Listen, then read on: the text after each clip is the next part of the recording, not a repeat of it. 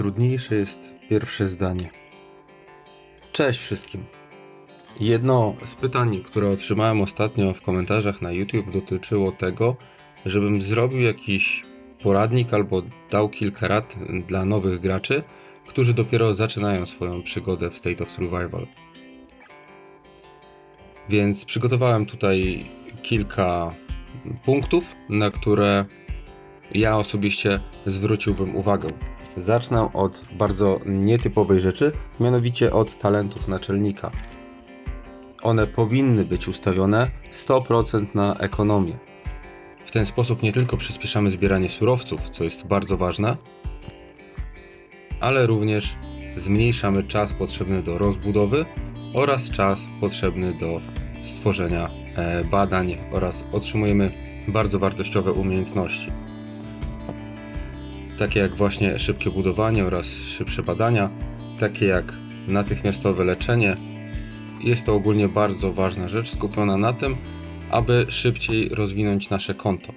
Na samym początku gry nie potrzebujemy talentów wojennych, ponieważ jako mały gracz będziemy korzystać z obecności liderów rajdu, więc wszelkie bonusy do statystyk czy talenty wojenne są nam niepotrzebne. Także na samym początku 100% ekonomia. Jak już mówiłem o wykorzystaniu liderów rajdu, no to bardzo dobrą rzeczą jest bycie aktywnym w każdym wydarzeniu sojuszowym, a zwłaszcza w pułapce kreatora. Z tego względu, że małym naborem sił jesteśmy w stanie skompletować bardzo potrzebne nam rzeczy. Nie wiem, jak to wygląda obecnie w nowych państwach, ale oprócz bardzo potrzebnych surowców, o których wspomniałem wcześniej, złote i srebrne żetony oraz jakieś tam części, czy w niższym poziomie pułapki kreatora będą jakieś tam słabsze troszeczkę nagrody, level normal, ok.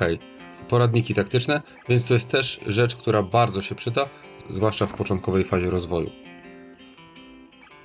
To jeżeli chodzi o te dwie rzeczy. Jeżeli chodzi o bohaterów, bo to jest też bardzo istotna sprawa, mianowicie pierwsza generacja bohaterów to jest Medi, Nikola oraz Lucky. I jeżeli o mnie chodzi, to bardzo ważna rada, bardzo przydatna rada, to jest robienie strefy plagi. Z tego względu, że za robienie strefy plagi, o tu jest Medi, za robienie strefy plagi otrzymuje się skrzynki z fragmentami Medi jako bohaterki. Jest to pierwsza złota bohaterka, której będziecie używać i będziecie ją używać bardzo długo.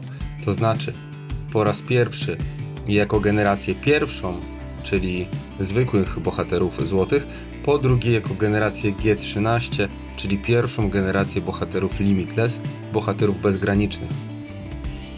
Jako że każdą generację bohaterów używa się mniej więcej 9 miesięcy, 3 razy po 3 miesiące z każdej generacji, no to Medi i Frank będą użyteczni przez około 18 miesięcy i to jest bardzo ważny współczynnik, bardzo ważny bohater w grze.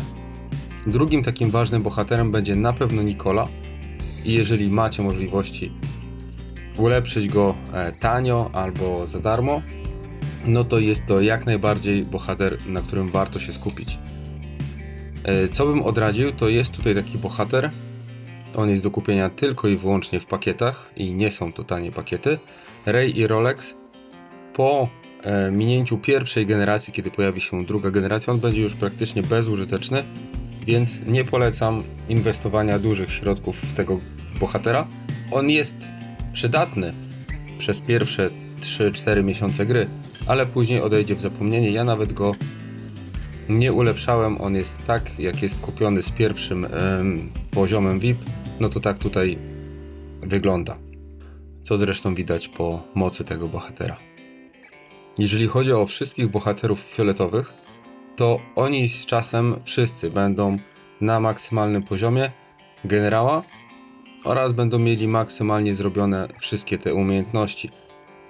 Jeżeli będziecie mieli możliwość kupienia pakietów bohaterów fioletowych, to proszę wstrzymajcie się, ponieważ ich wszystkich i tak dostaniecie z biegiem czasu za darmo, a w większości przypadków oni są tylko i wyłącznie użyteczni do wysłania na farmy, do zbierania surowców lub chociaż jak Travis do ataku zakażonych oraz zainfekowanych mutantów, czyli tych atakowanych za pomocą rajdów.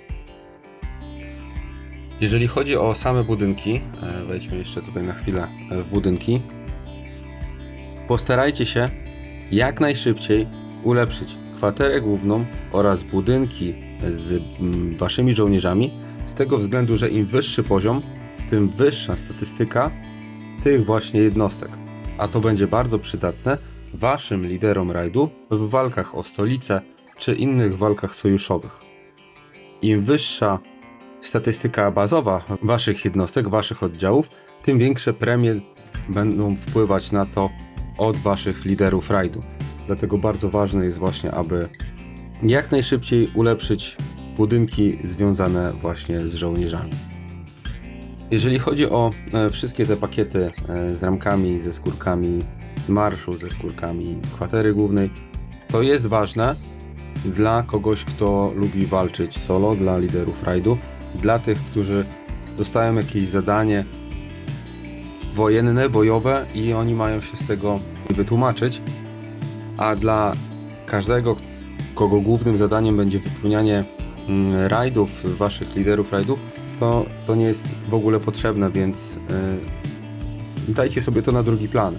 Po pierwsze, ulepszanie waszej kwatery głównej oraz budynków związanych właśnie z oddziałami, tak aby wyższe statystyki działały w rajdach waszych liderów rajdu.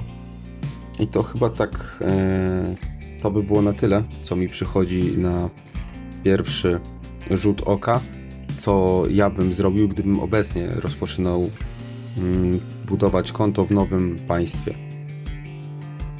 Gdybym czegoś nie dopowiedział, gdybyście mieli jeszcze jakieś pytania, to śmiało pytajcie w komentarzach, bo to jest bardzo ważna sekcja dla mnie.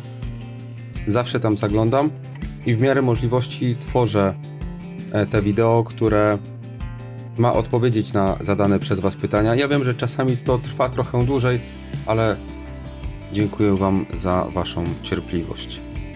Także po obejrzeniu filmu zapraszam do sekcji komentarze i do zobaczenia w kolejnym odcinku. Trzymajcie się, cześć.